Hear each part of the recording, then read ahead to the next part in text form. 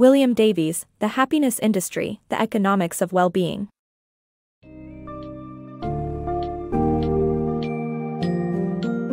In the quest for happiness, what role does money play? The book, The Happiness Industry, The Economics of Well-Being, by William Davies delves into the complex relationship between happiness, wealth, and the industries that seek to exploit this link. The summary takes the reader through the fascinating journey from developments in neuroscience to philosophy, politics, marketing, and even in the workplace, demonstrating how the science of happiness has been used, or abused, by various sectors of society. Get ready to uncover how happiness has been transformed into a commodity, and how this affects different aspects of our lives.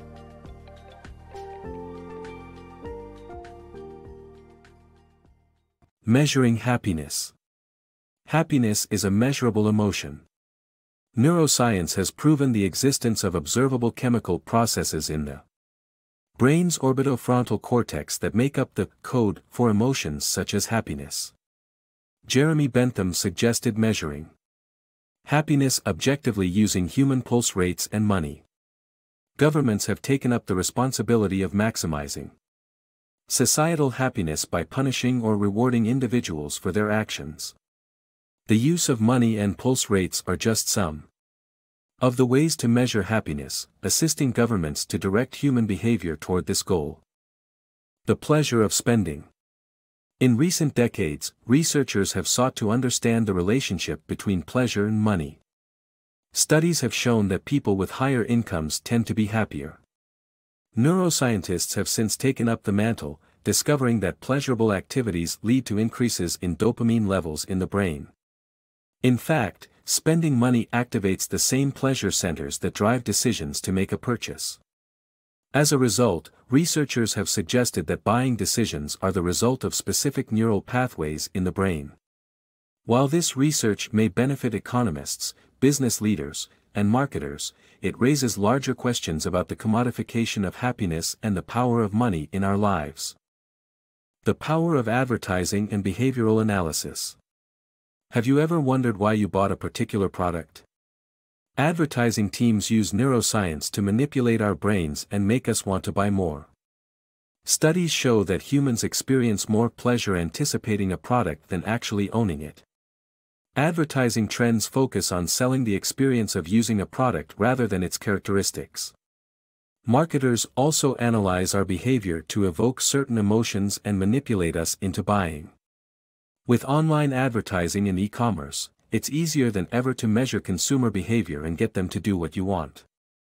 This power is not limited to marketers alone, as employers also seek to harness our happiness.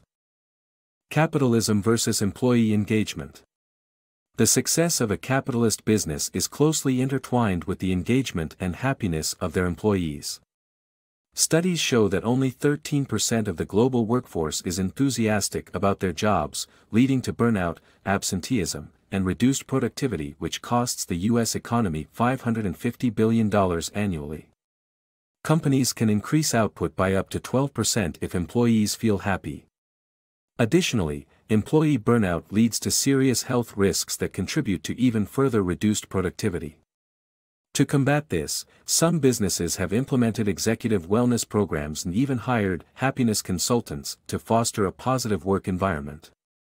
For example, Google employs a Jolly Good Fellow to spread mindfulness and empathy throughout the company.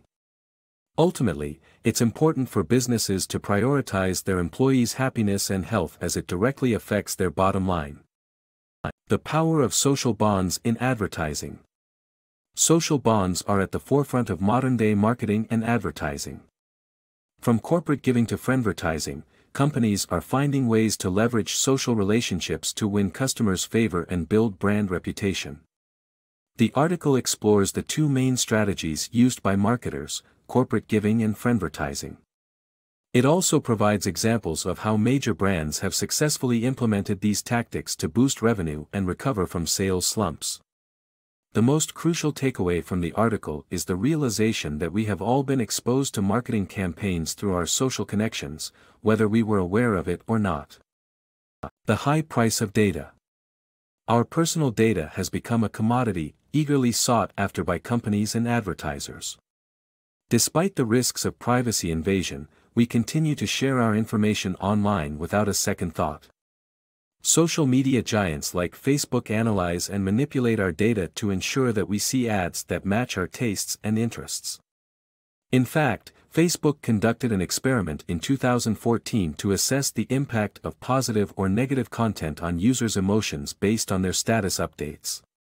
It's an unsettling reality that scammers can easily hijack our personal information, such as credit card details, through digital transactions with retailers and governments. With 500 million tweets per day on Twitter alone, the risk of privacy invasion is high. As much as our digital footprints are an integral part of daily life, we should also consider the implications of our digital presence and take steps to safeguard our personal information.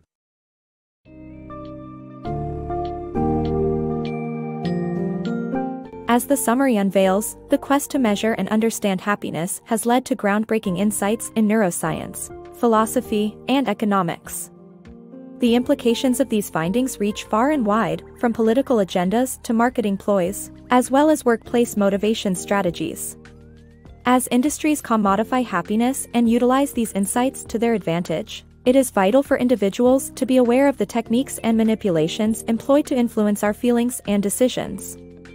Ultimately, the pursuit of happiness remains an individual journey, but being informed about the external forces shaping our emotions is a crucial step towards achieving greater autonomy in our quest for well-being.